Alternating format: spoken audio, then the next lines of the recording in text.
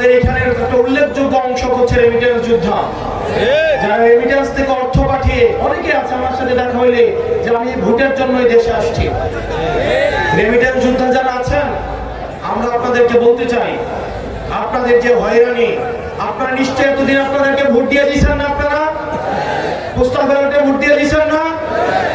এবার আমরা বলি না খেলা যে চলছে কোন লেভেলে, দেখবেন খেলা কিন্তু আবার বিদেশে হয়ে গেছে।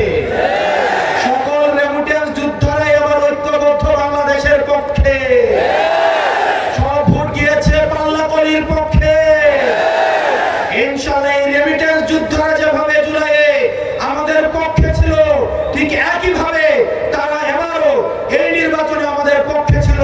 ইনশাআল্লাহ আমরা আপনাদেরকে কথা দিচ্ছি, আপনাদের হয়রানি, আপনাদেরকে দালাল যেভাবে হয়রানি করত, এম্বাসি যেভাবে হয়রানি করত, এয়ারপোর্টে যেভাবে হয়রানি করত, এগুলো বাংলাদেশে চিরকালের জন্য এগুলো বন্ধ হয়ে যাবে ইনশাআল্লাহ।